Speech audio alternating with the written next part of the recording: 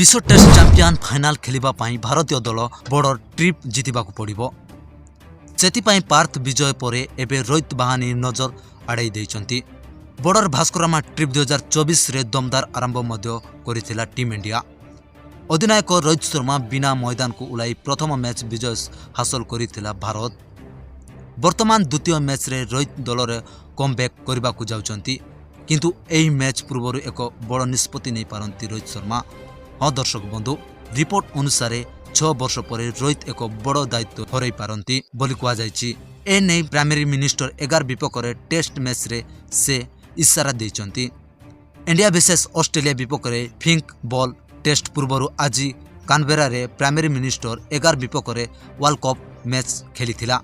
Team India ए match रे अधिनायक रोहित शर्मा एक बड़ निष्पत्ति नैचंती। Bureau report, Odisha news.